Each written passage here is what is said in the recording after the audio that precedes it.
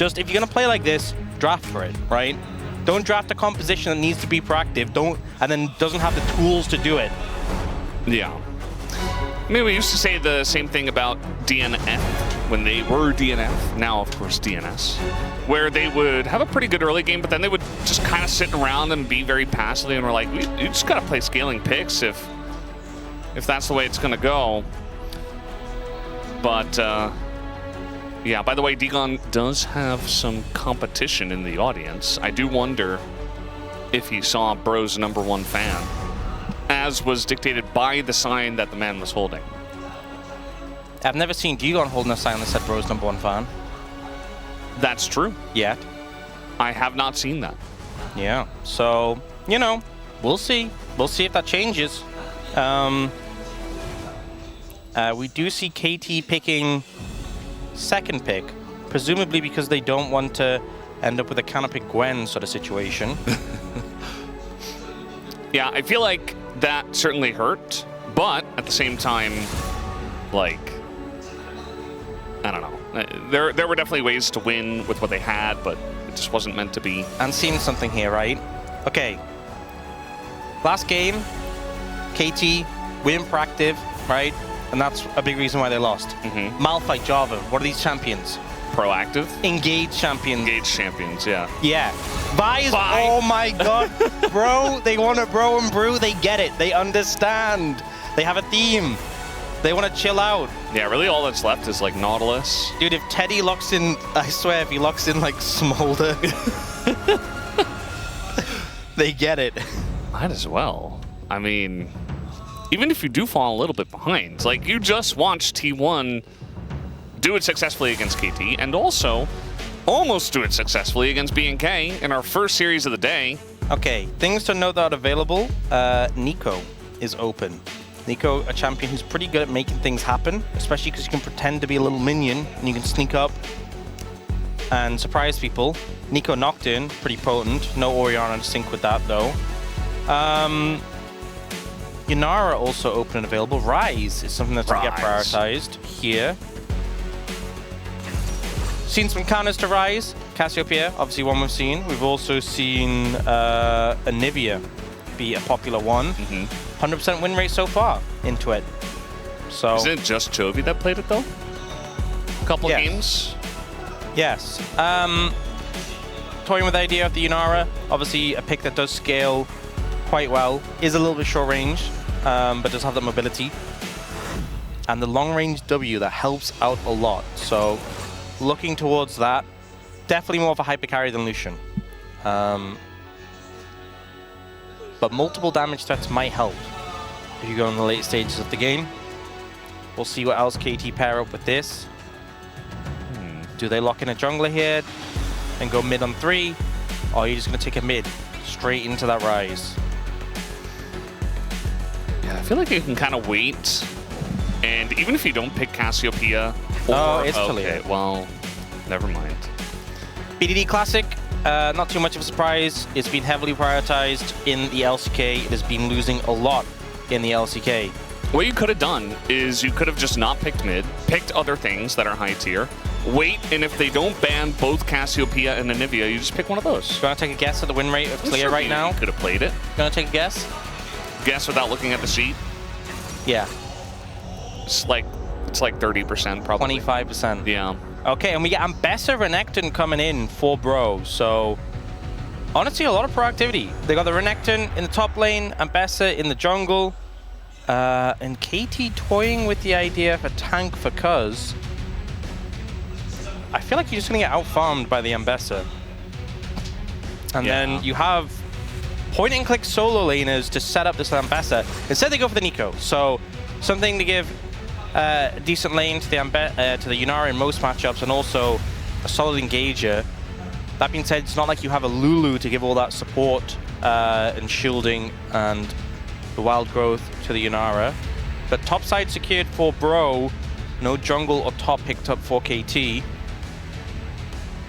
We'll see what they opt to take away from Teddy here.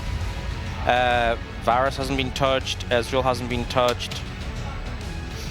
I mean, Teddy is a guy that's been around for a very long time. He can play all sorts of things. Definitely does love his fountain lasery, kind of hyper carry-esque, longer range stuff. I think Aphelios is a good shout. Yeah. Especially with a very front-liney, kind of bruisery core in the top side. Nocturne, I think, makes sense. Nocturne, Nico really strong even without the Orianna. That combination is pretty frustrating to deal with. 4 jungle bans so far from Bro. So clearly targeting a specific role. I don't think there's anything else you'd want to take away from the jungle. But at this point, I think it might just be a shot in the dark. Nautilus taken away, which is often banned when you are going Yunara. That point and click CC, a good answer to her and her mobility. The thing is, going something like Alistar's just a bit of a bad time in lane. We have seen people try it. They have, definitely. I mean, maybe with, like, if you have a stronger lane to pair with it, it's not as bad. Trundle gonna be taken away. I mean, I wouldn't put it past Cuz to play it. Yeah, I mean, Trundle would have been fine. You're up against relatively low range. I think it could have worked, but I just don't think he was going to play it, to be honest. Gnar is going to come out here against the Renekton, so we're going to have to wait on the Cuz pick. Could technically be Talia. I don't think it will be. Talia very common into Ryze. So now thinking about Sivir or Varus. Yeah, I think Varus obviously longer range, good poke, good lane, but doesn't have that mobility, and into Nico can be a little bit. Nico Gnar, especially if you end up out of position, there's nothing to change that. Civ obviously has that spell shield and a lot of movement speed. Varus, Karma, so they're winning lane. Yeah. They are looking to crush lane. And honestly, mid lane as well, it's a favorable matchup. Top lane, not so fun, but you know, it is what it is. And it might just be the Mundo for Cuz. Yeah, he didn't say anything during this hovering period, so I guess it was predetermined that he was going to be going Mundo. He gave the nod, and it was locked in. Well, definitely a more proactive comp than last time with the Nico, but I still think Bro pretty happy with how things have panned out. This mid jungle in particular, pretty fearsome. Just the fact that you have the Ambessa and you have so much reliable CC. Yeah, point and click in the top lane, point and click in the mid lane. Varus ult is pretty reliable. You know, it's not point and click, but you know, it's long range CC. And then once one of those hits, Ambessa just connect onto a target. You know, you are playing into a Yunara, who's typically a difficult target to pin down. I feel like aiming's gonna have to go cleanse here. In bronze. It's a 40-year-old mid-jungle duo there. They've come down to watch the LCK. They're in bronze. But it's okay. Hey, Brendan. Still enjoy the game. They're currently in bronze. Yeah. Right? I'm just going off what was on the sign. Lucid was in silver not that long ago. Right? Yeah. Aiming was an iron. Still in gold. Aiming was an iron not that long ago. We all start somewhere. And here he is on the LCK stage playing Yunara. There we go. Of all picks. We all start pressure somewhere. on him. Breon versus KT Rolster, game 2. 세간사의 협곡에 오신 것을 환영합니다.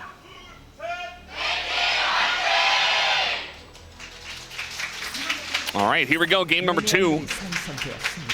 Could be, if Bro win, the last game before we do get into Super Week next week. It would definitely throw off our pattern of Baron group winning 1 and then Elder group winning 1. Because both Bro and T1 are in group Baron. And that would give them the lead. So also, pressure's on. I mean, no matter what, Max's prediction's been ruined. Because either group Baron win or it's a 6-gamer. Yeah, that was done when Bro won game 1, unfortunately. Ruined. Yeah. Tragic. I mean, Atlas is right about a lot of things, but very rarely stuff like this can happen, so don't hold it against him. That's what makes it exciting, though. Yeah. Breaking the script.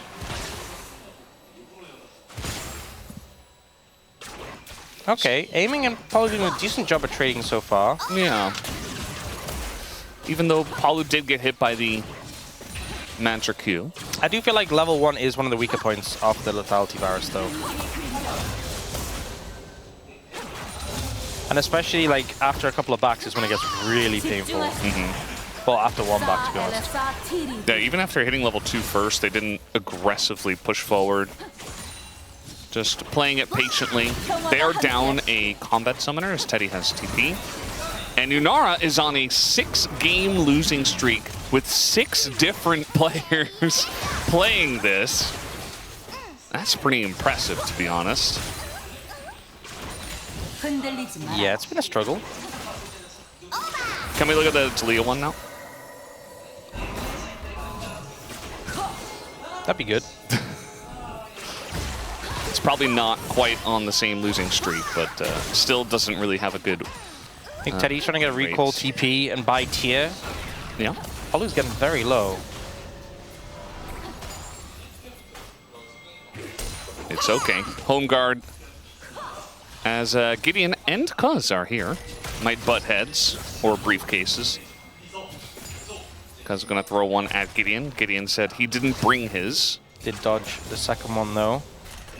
Yeah, they're trying to fight over the scuttle, but... Yeah, the TP advantage, though, just from Teddy means he's back first, so this should be secured by Bro. Unless Cuz slides in.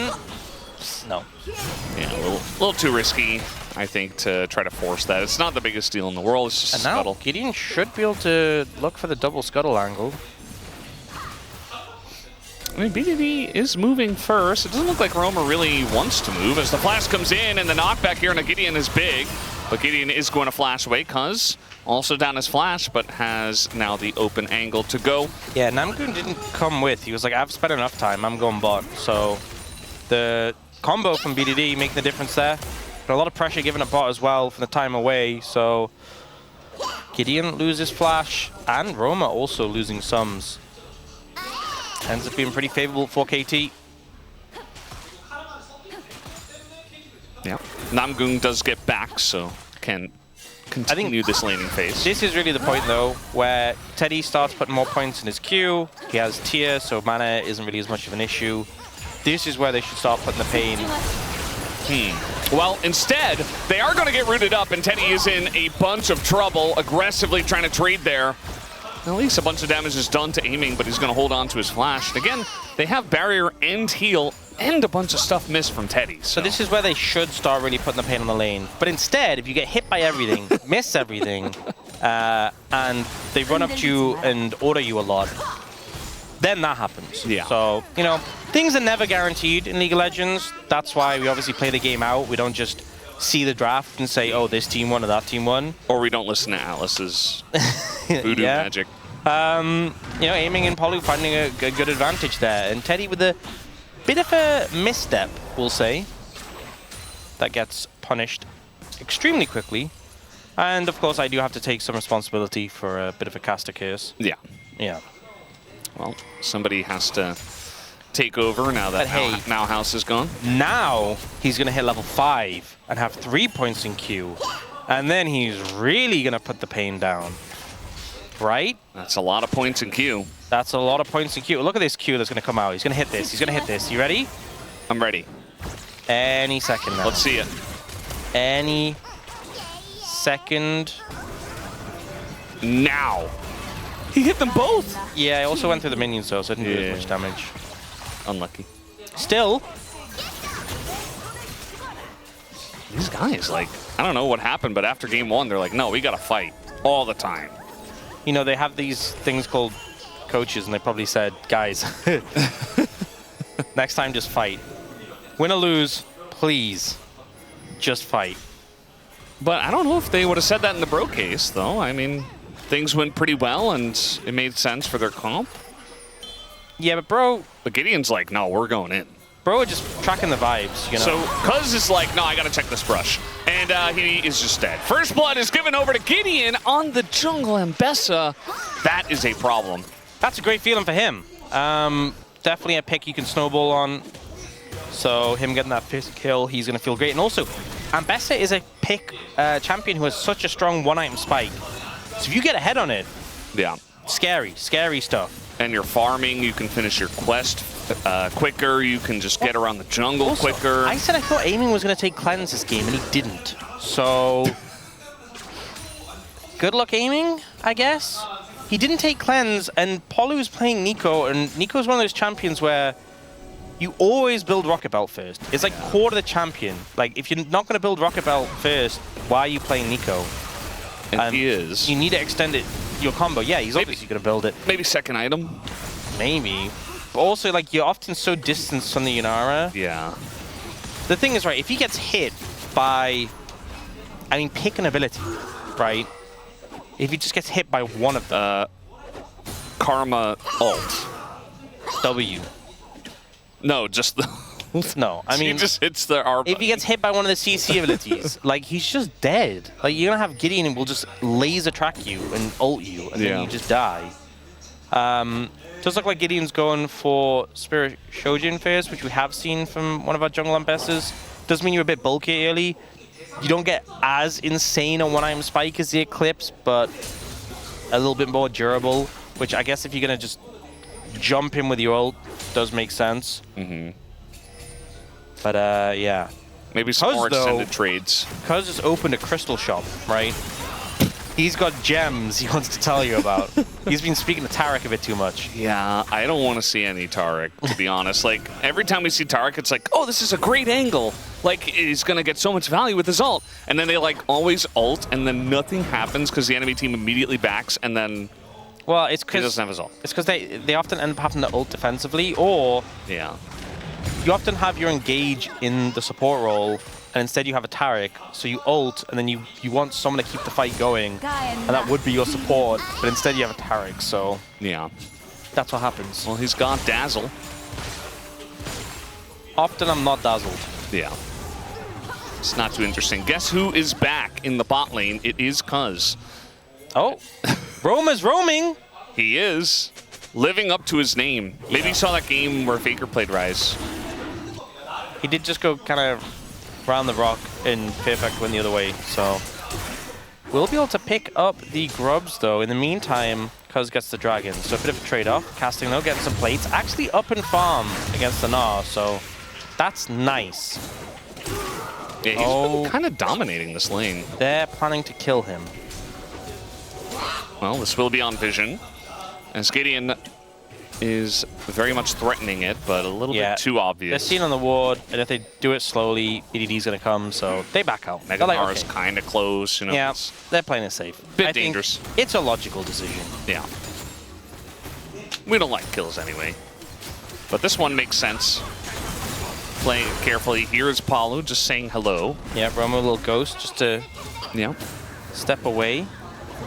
Mega Gnar about to hit, casting. He's fine. He's okay. He's good. Yeah, I do wonder about Perfect. He had a rough time in the first game, played Cassante into Gwen. And now he counterpicks the Renekton with Gnar, and he's behind 500 gold. So that's not the best start for him. Not ideal. Suboptimal has been said. Phrase people have used. But it's okay. You know, at least they have more tools to be proactive, and they have a Yunara, right? With no cleanse. Into a lot of CC. Well, you know, maybe we'll see. Cuz will build Mikhail's. Oh. With a heal and shield power? Yeah. Oh. I like your thinking. Yeah. Nico doesn't need that. Shojin completed, so it is the first item spike of sorts. There's a lot of vision in that bottom side of the map here for KT. They have two lines. They have the control wards, and then they have the deeper wards. They really haven't punished bot lane as much as I thought they would.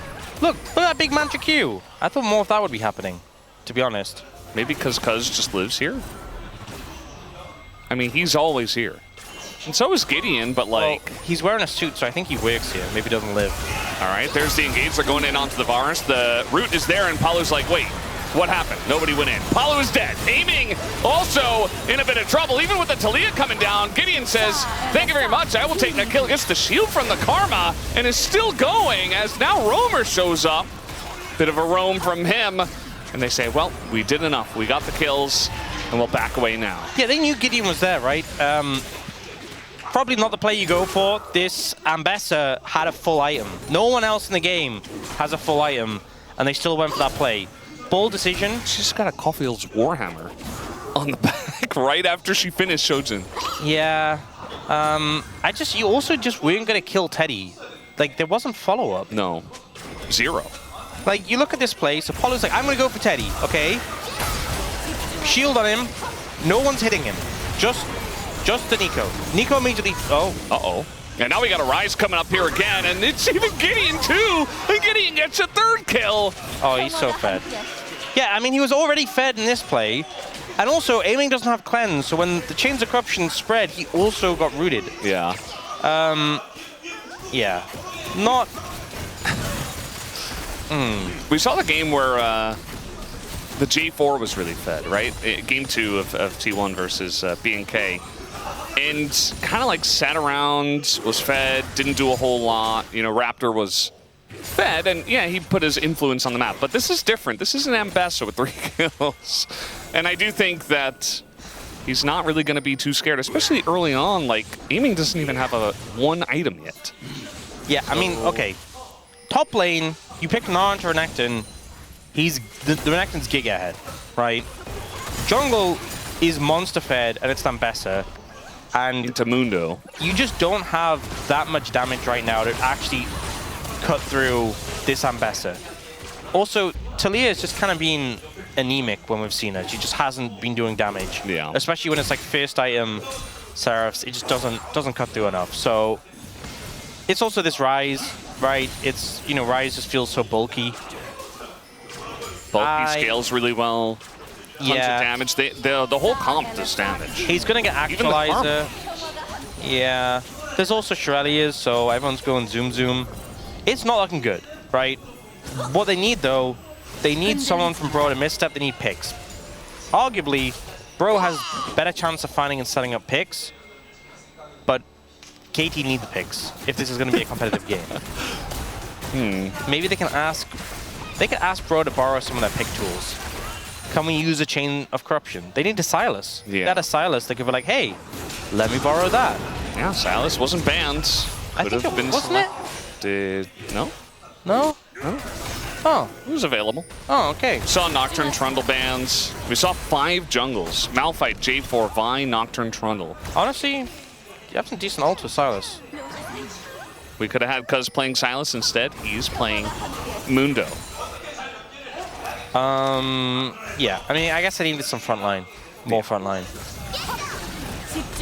But this Ambessa isn't actually at the scariest point, but it's still very scary. But if the Ambessa's going to get Eclipse next, I assume, and just, oh my god. Oh lord. Yeah. Oh lordy. It's going to be rough. As, yeah, the root comes down on the Cuz. He's just dead. Oh my god. Not sure what happened there. I mean, just not respecting their ability to follow up, and now Palu's left all alone, and he's dead too. And now the Rise gets a kill. Gideon got a 4th one? What? This is literally, it's just a bully composition. It's like, you know in those films they used to have, right? Like in the 90s and stuff, where you'd have like the bully, and he'd have his cronies, and they would hold them back, they'd hold the arms, and they'd come over and punch them. That is the composition. And then Gideon, he's the main bully. So look, roots them, and then he just comes in and ults them. He doesn't have, you can't miss, right? It's not fair. You can't miss. He just again, Roma roots them. Hold him in place.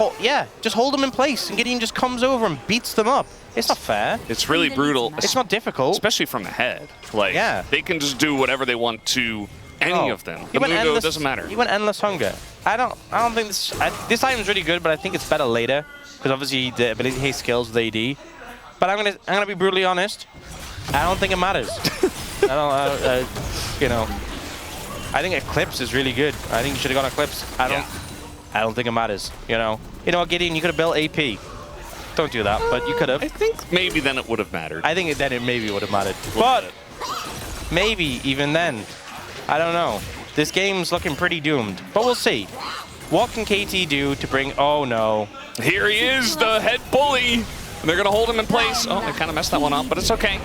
Namgung takes about a bajillion damage, and he is going to have to flash that one. And now Gideon kind of in an awkward spot here. Oh my god, they left the head bully! Oh no, the double knock up into the Gnar, and the shutdowns go the way of KT. Well, casting's just in the bottom lane, but the punish was there for KT. That's what happens when the main character and his friends unite to fight back against the bullies. Yeah. He's not so tough without his cronies. There you go. That's the lesson. That's the lesson we learn from these movies. And one of the cronies was Namgung, but he didn't have flash, and he was like 40% health, and he's Karma. Yeah. So he was the lamest of the cronies. Didn't do a whole lot of holding. Oh, more of a talker. the cronies are back. Yeah. BDD is definitely dead. Really, the only question is how. This is episode 5. The cronies strike back. There it is. They give the kill over to Roamer. Definitely a good idea. He is now 2-0. And working towards that Seraphs. Casting just going to go ahead and take the turret. Yeah, not much you can... Oh. That's, got him. Hold him for a second. Now Polu's here. I don't think... Okay, when aiming gets here, that will be a problem. Looking a little bit... Oh, Varus is TP... He wants a kill. All right, that's a flash away from the chains. And just like that, trading TP for the flash. Of course, casting also did have to flash away. Oh, I will say one thing.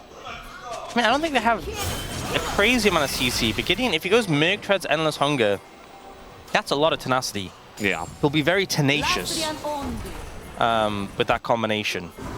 It's like Tenacious A. Tenacious Ambessa. Oh, yeah. Not Tenacious D. That's the other one. Yeah, the other one. The more well-known one. The music one. This one's more of a fighter. Tenacious A. Yeah. And he really will be. I mean, there's not a huge amount of lockdown on the side of KT. Like, the Nico holds a lot of it. Sure, there is, you know, Gnar ult and Talia and stuff like that. But, yeah, basically you could just kind of run around and do whatever you want as Ambessa. As opposed to before when he was not doing that. Well, now he can, like, really do it. Yeah. Yeah. Namgung picks up the blue. Yeah, of course. Of course. He's like the head crony, you know? Really following him closely. Backing him up. He knows where his bread is buttered. Yeah. And Gideon is... I'm just curious, like, every time he goes for a back, I just want to see what he buys next time. Oh, it's Cloud Soul again? Another big Cloud Soul game, honestly. Both teams. Yep. Decent amount of value here. It feels pretty good.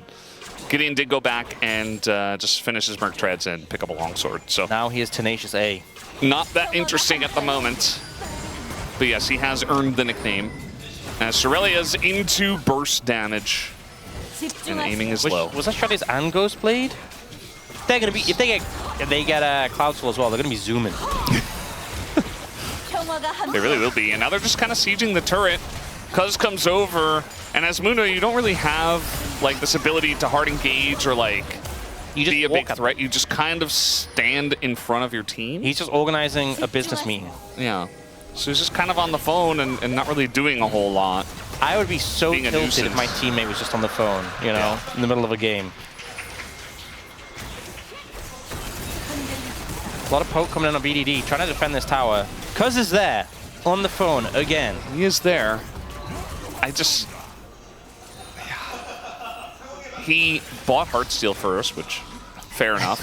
Will he get a stack? Will he get a stack? He doesn't that is the have question. any stacks. Yeah. I think eventually you just have to. Like, you're going to survive for long enough, and you're going to attack something eventually, even if it's as the Nexus is dying. I feel like my issue with Heartsteel is I'm always in, like, the ARAM mindset, where, like, I can't fight the compulsion of just always proccing it. Yeah. Like, once I've procced Heartsteel on a target, they no longer exist to me. Yeah. It's like, if I have Heartsteel, I'm, like, going from target to target. I'm like, Heartsteel proc, you know. If the enemy carries 1 HP, but I procced Heartsteel, I don't care anymore, you know? Yeah. That's my issue, which obviously isn't a good way to play. Oh, boy. Oh, the chains even as well. And a bit of extra damage on a BDD.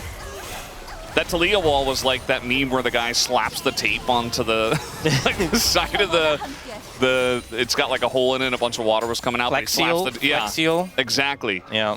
BD just throws down the wall. He's like, all right, here, mid lane is fixed. Yeah, and then it goes. Didn't really fix it. It's just gone. This kind of feels like what KT is doing from behind. Like, yeah, they're trying to wait for Yunar to get some items, but like, they're just trying to patch up some holes where there really is no ability to do so. You know, I thought last game, I was like, they're just doing nothing. And the Revenge, you're gonna... Why does this game feel worse? Well, it was good in the beginning. We had like a faster start, but now we're very much kind of in a similar spot. Also, is Gideon just not going to build Eclipse? Maybe he doesn't think the item's good on Ambessa. Ox did give me a very particular look after I said that. I don't actually believe that he thinks Eclipse is not good on Ambessa, but he still hasn't built it. Goes for a Hex Drinker first. Yeah, it's pretty good. It's a pretty good item. Oh, sneaky minion. Why is there 4 melee minions? I don't know. That's the route into the Slurkle. Did they change that this season? They made 4 melee... Oh no, it's a Nico. It's very sneaky. Yes. It's great work. Fantastic work. Nice knockback there, knocking the shield off of Gideon. That's all he wanted to do. He didn't want to actually do any damage. Man, it's so unfun playing in the Poke Champions. But also, I can't really feel bad for KT, because remember that last year they played their like Ziggs Zoe composition? Yeah. So, you know. That was great. That was a lot of fun to cast, not to play against. To cast, to play, not to play against. Yeah. I'm pretty sure... We got Coach Voice. I think Teddy and I'm going to having fun right now. Probably. What do you think they're saying in the coach voice? You guys are doing great. Keep it up. I would imagine, because Bro is one of the teams that actually does use it, as we can see here. They're probably saying, okay, you guys have a good lead. You need to push it further. Because, yeah, the Cloud Souls are good. The Cloud Drakes are good, but, like, kind of sitting around with a 4-1 Ambessa, it does feel like eventually is going to lose value as the game gets very late. Not a ton of value. Like, she's still going to be strong. It's come in, they're like, Gideon, where is your Eclipse? Hangs up the phone immediately.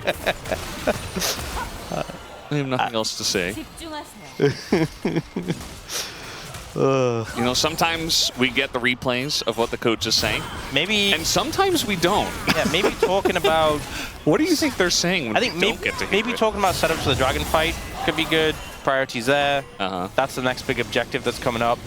And obviously how, you know, Baron's after that, so that could be the thing. This is so sad for Cuz. I mean, he's just watching his jungle get taken. And Gideon is 3 levels up on him. Well, there's nothing that Cuz can do. He's 2 and a bit. Okay. He's about to hit 15. So at the moment, yeah, 15 to 12. Visually 3. 15 minus 12 is 3. This is the thing when you snowball on a jungler like Ambessa, who is a fast clearer. Yeah. And okay, this is something I've thought quite a bit in this jungle season. Got the Crux. You get extra golden XP after you complete your jungle quest. We've generally seen the jungle meta in the LCK just be, let's play the same stuff we always do. But these fast clearers, like if you get ahead of the curve, you get so far ahead, as we can see now. Yeah. You get so strong, so it's working great here. And now they have control of the area. Oh no, this Gnar. Little face check. Just a little one here from Perfect, down to 40% health. Even lower, actually. Went down to like 15%. By the way, he just TP'd in. Yeah. He was just out of the fight. I mean, this is Cloud Drake gone. You know you get a 30% HP shield when you TP in. Yes. So he will have had that. And they burned through that. Actually, the casting in Power W, that'll have broken the shield. Rest in pieces. Yeah. Renekton OP in this meta. So broken. So there you go. Just a free Cloud Drake, just like that. Yep. Nice work from Bro. You know what? They are brewing. They are brewing very well right now. He built the full Maw. I wasn't sure if he was going to do that. I guess might as well if you're playing Ambessa. They don't have that much magic damage, right? Yeah. Like, they have a bit from Cuz, but, like, Cuz, his Q is, like, current health damage, right?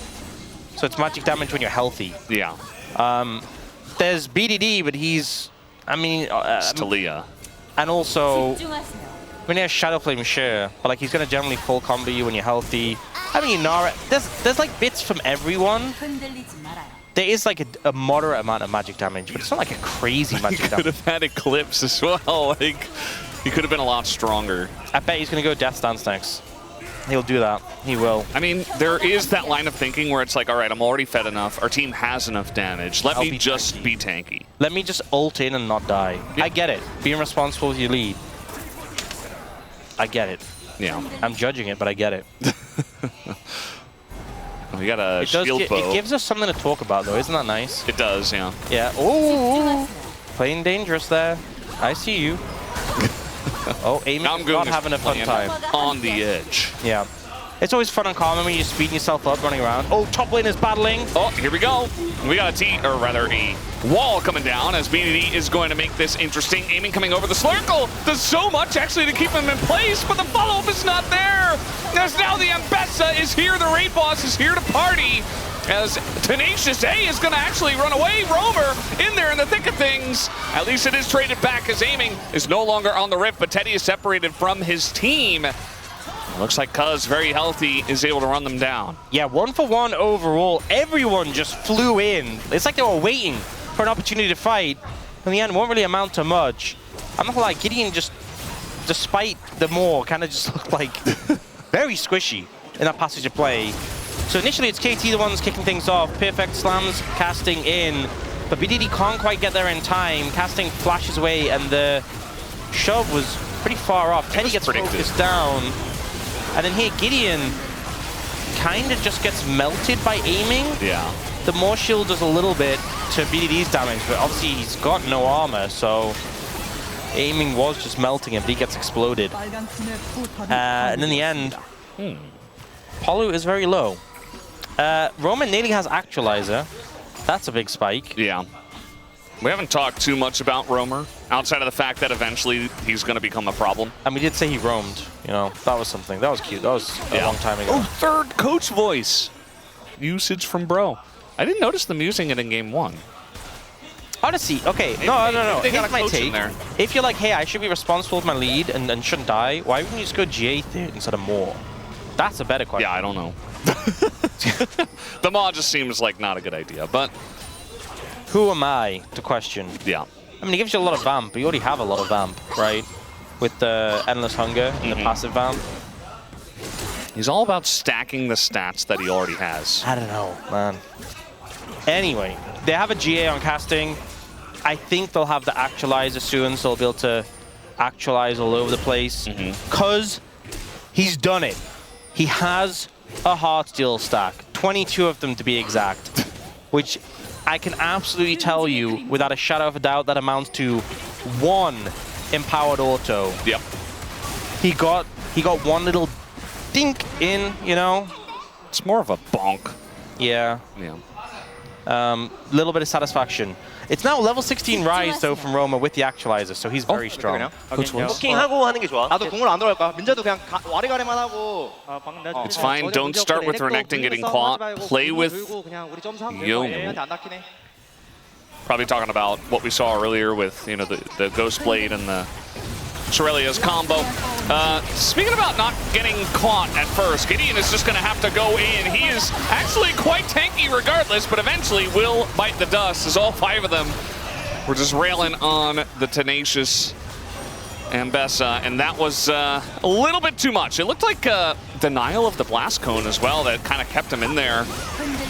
Not a good way to start the fight, because they said don't start with Renekton getting caught. This is starting with Ambessa getting caught. They're like, okay, Ambessa. Yeah, that's Dragon. So no soul for Bro. No soul for KT either, though. We're a long way away. Unless Teddy's going to steal it. There's somebody in the brush. He's got a little bit of vision. That was a decent amount of damage. And the guy in the brush so hard with it being like 1.4k smite. He just ran. Yeah, he's very fast. Cloud Rift and Ghost going to be more than good enough to get away from that. Okay, so still a bit of a lead for Bro, but not that much. And again, the game has been going a long time, so that goal lead is not that significant. Oh, it's a denial with the CC. And Cuz is getting pretty low as down to about 1% he goes. As Roamer did realm warp in, but couldn't quite find the angle. That's a bunch of damage into Palu. It's through Celestial Opposition. Yeah. A lot of damage. They are just going to start the Baron. Cuz is trying to heal up passively. He's at about 600 health, no flash. So, right, there it is. He's got ult. Yeah, ult comes up, but the damage is real onto this Baron. Cuz has to provide a frontline. We got no Meganar as well. Namgoon taking so much burst. Palu, he steals the Baron away! Unbelievable! How is he able to do that? And now BDD taking a bunch, but Roamer's going to go down to defend Yunora. That's Teddy on the backline, but he's pretty low himself. And aiming is still on the chase. Dashes forward. And Cuz once casting, but aiming, able to push forward the circle. Gonna get on top of Teddy, and down he will go. 978 gold. And Gideon and Bro are struggling now, as they are considering sticking around. We don't really have ults available, so they're just gonna walk away. You know what? This might just be the method, right? We saw this from T1. KT have learned from them. You pick Mundo, you do a little bit of goofing about, you steal the objective, and you win. It's that simple, right? This was Gideon getting caught. No way you get out of there. I don't care how fed you are. And then this, this is crazy because Cuz was nowhere near. So this should not happen. You don't need to safety smite. You don't need to try and smite exactly on 1400. Oh, the belt! Because Cuz isn't near. So you don't need to try and smite exactly on 1400. He's not near, he doesn't have flash. You can let it get to like 1200, right? So the fact he's trying to smite it exactly on 1400 is just a massive flaw that allows it to happen. Casting's going in, and he's kind of caught here. He's a big Renekton, but okay, does have the GA. They fight aiming! He's frontlining and just dies. It's now perfect. He's got Meganar. I think they're considering going in on this one as we're just realm warping out. Yeah, disengaged, right call there. Didn't have the cooldowns available immediately. They managed to take out aiming, but not sure if they can really translate immediately. This game has turned into a whole mess. We just knew eventually it was going to break open at some point. Yeah. Finally. How did this one start? Oh, that's how. He was like, I'm just going to jump onto the Nico. I have GA, guys. It's fine. And then Teddy from over the wall snipes him. Okay, fair enough. Yeah. Actually works out pretty well. But then they're like, hey, Meganar about to come up. We got to disengage. We have brewed long enough, it seems. That is certainly a gold graph. Yeah. Okay. I mean, it wasn't a gigantic lead, but it was a strong lead early that plateaued.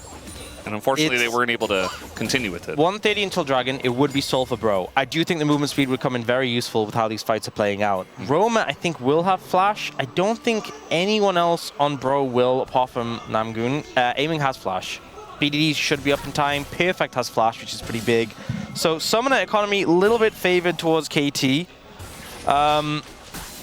In terms of items, I mean, aiming is super strong right now and has got a QSS, which is big. He didn't need cleanse. Cuz has even more stacks, right, on his heart steal. Yeah. Wow.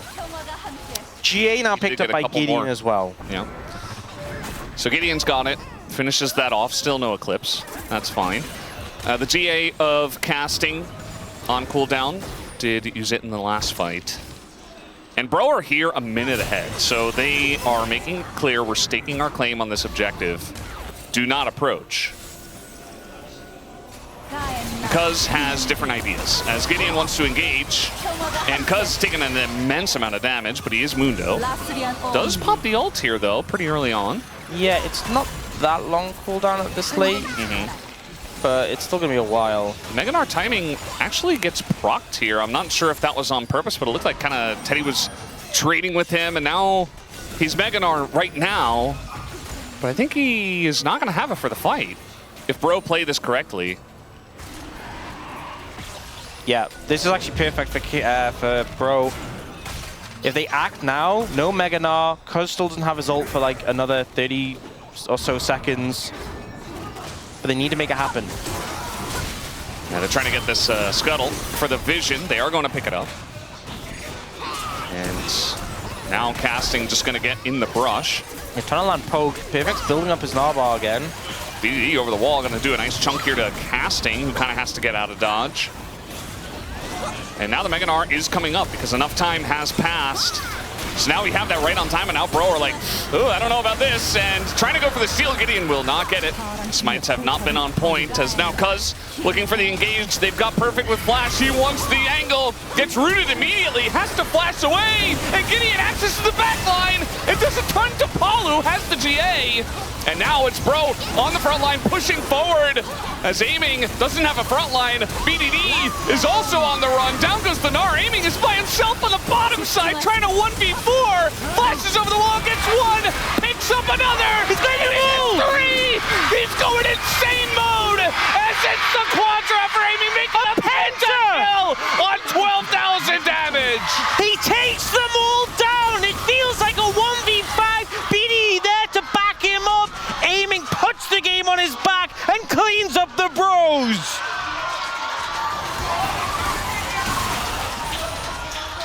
That's the champion you need.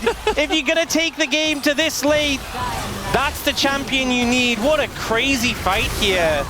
It felt like Bro had this one. You know, they go for the engage and they start to whittle down members of KT. You see as they're moving forward, they take out Palu, that slow advance comes in, the Realm Warp forwards. You see Perfect goes down, Cuz goes down, they're focusing Aiming, but he's just pumping out damage here. Flashes over, takes out Roma. And just these members don't have the damage. Casting moves forward. We'll get the point of view. How does Teddy die is what I'm wondering. Well, I think he's the first Aiming, one. yeah, he dashes in on him. Oh, that's... The target selection's the main thing. Yeah. He takes out the threats. Main threats go down first. All the damage threats. Yeah. Nicer. And these fans were losing their minds. Like, we had this in the picture-in-picture. Yeah, I don't know. The call must have been because Namgoon got the root on a BDD, and Teddy flashed forward to hit the arrow onto BDD, going right into the arms of Aiming. And that was the biggest issue, because then you just don't have your Varus. So, draft the hyper carry, yeah. Yes. Draft the hyper carry. Well, if the game is going to go 40 minutes every time. Draft the hyper carry, probably should. And now KT feeling in control, setting up for the Baron. Smolder next game. Damage on it, it's gonna go down pretty quickly. Yeah, they do have some vision on it. They see 11K. BD's still on the right side, has his wall. Gideon obviously wants to get in there. It's just going to come down to a flip, it looks like, as Gideon gets into the pit.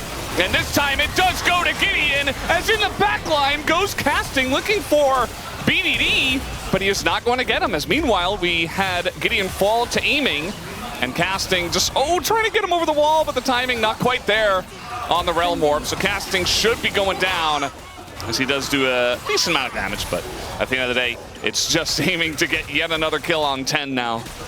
They get the Baron, it's 2 for 1. I think if the Baron had gone down 2 KT, maybe that would have been enough for them to push for the end. Yeah. But I think Bro going to be able to defend here and just clear the waves up. A lot of wave clear. And I don't think KT can force this one 4v3. See how this one panned out. Gideon, Smite's been a little bit off this game, but able to force his way in here. This one got pretty low. 255. Yeah. Maybe early from Cuz? I think Cuz was trying to combo with damage and he just didn't quite calculate. Yeah. And here Casting, trying to find his way out. It was a nice attempt from Roma over the wall to help Casting out, but doesn't quite find it. And just another kill for Aiming, who, yes, is full build, has his GA up, doesn't have his flash right now, might be able to get it as this dragon is spawning. Actually, he picks up an LDR, so probably sold something, unless he hadn't finished that yet. I kind of doubt it, based on the amount of kills in 41 minutes. Was full build. He switched something out. Yeah. I think he had Kraken Slayer. Yeah, he did. Yeah, so he's now 100% crit. He has Mixed Seminar, so that has a bit of lifesteal. Obviously, doesn't have Bloodthirster. Has GA. There's no more coach voice, but I think they got to play around Teddy's poke a little bit more. Romer in some trouble. He barely gets away. but he is not out scot-free. He is pretty damaged, and this dragon is about to spawn. Now he is going to get that empowered recall and get back here pretty quickly with the home guards. Cannot state enough how much they cannot let aiming get this Dragon Soul. This champion is already such a problem with the movement speed it has. You can't. They're gonna kill this Gideon's so fast. so far away. You have to get in. They're gonna kill this so fast. Like gets Cloud Soul. I think it's just doomed. Yeah, Gideon has to get in right now. He is going to flash and miss the smite as it goes to aiming, and the front line immediately goes down. Palu is out, but look at aiming. He is dashing. He is smashing once again, looking for casting, looking for that front line. And Pro are like, no, no, no, please don't attack us. We come in peace. And you know what? They're actually able to disengage. They have a little wave in the mid lane as well. They're actually going to push up to this inhibitor turret, funnily enough. But aiming still very scary, along with the rest of KT with Cloud Soul. Yep, so they've been routed a bit and going to lose it in here. I'm just concerned because now aiming for the rest of the game, 15% extra movement speed and that on-demand movement speed on ult, you're going to get chased down. What? Don't try again. Guys, come on. Lock in. Lock in. Gideon's in trouble. He's getting kited out by a Gnar. And Bro, lost their minds. Yeah, bro are just, I don't know what's going on. Gideon is just out of this one. Down he's gonna go. And that's the GA also on cooldown. Like when aiming ults, he's gonna be so fast. He's just gonna run you down, and those empowered autos from the Fiend Hunter bolts are just gonna, yeah, it's gonna hit. Could certainly like 2 or 3 tap a couple of people. I do think, you know, even that last fight, if he had Cloud Soul, he probably could have chased at least one of them down. Although the rest of the team perhaps not able to follow as well. That's a lot of damage. Yeah. He didn't even have his Q up, I don't think. All right, that's going to be the QSS, the Scimitar, used by aiming. And we got Elder in 4 minutes. This game has potential to break the current record of the LCK Cup longest game, which is 46 minutes, 36 seconds, T1 versus KT Game 2. And I think for KT, maybe you just say, we're ahead, we're in a good spot with this Hunara, let's wait for the Elder to spawn and not let them get close. No flipping. Oh. We might have another game after this one. So I mean, these long games looking are likely at this point. Yeah. Bro, have to. Problem is, he's got GA as well. I think they need a pick on someone who isn't aiming, because if they kill aiming, that sounds good, right? Killing aiming, but he's gonna respawn with the GA and be a problem. I mean, if they just catch aiming out of position, that's great, right? Oh, they caught Gideon, and he's gonna be rooted up. Gets the QSS out aiming there. For the speed. He's doing so much damage right now. Nobody can deal with aiming. As there he is. He's legendary. Gideon is down. And it's 5v3 casting. Desperate to take out the Hunara and does so. But the double knockup comes in from Palu. And that should be it. Roamer is down. Casting is as well. And I think KT have done a TP into the mid lane. And this is a done deal. We will be moving on to a game number 3. Unless Namgung is somehow able to create a miracle. It's not going to happen. They will be pushing down mid. I mean, I feel like it already hit that sort of critical mass, but you add in the Cloud Soul movement speed, and aiming was just charging forward to run them down. The turning point of this game was that massive team fight where he was able to just put the game on his back. 1v9, carry it, and yeah, draft the hyper carry. These games are going slow, they're going long. That's what they needed. And KT answer back and take us to a game 3. Smolder next game. Might be the play. We'll have to wait and see. Down will go the Nexus. We will go to a game 3. KT not out of this yet. What the draft's going to look like, what are the learnings going to be from these earlier series. I mean, Teddy does more damage by effect of being a poke champion, but aiming in that team fight was just the main character. And it just feels like these games are going long. 미드 궁각도 살짝 볼게. 얘네 원딜 미드 계속 잘라볼게. 보자. 오케이. 슈리함 킬게 나도. 야, 나르랑 너무 좋다. 야, 나르 어때? 남배사. 나 괜찮아. 한번 빼고 우리 바로 쏘고 할까? 아, 나 봐줘. 봐줄게. 여기 딜러 질러 봐줘. 여기 바로 노플. 야, 잡았다. 야 쭉가자 이거. 카라마 풀. 나 들어갈게. 야 레인. 얘들 라이즈 맞을게. 라이즈. 레넥. 아야 미드. 아 바텀 가 바텀 미드라인 가줘. 미드라인 한번 가줘. 미드 할게. 마무리. 마무리 될 거? 미드라인 바론 20초에. 아 살릴 수 있어. 아 살릴만해 이거. 그냥 끝났어. 살리면 내가 몸 되긴 해. 끝났어. 바론 스틸 좋았네. 델타 다리가. 말도 안 되게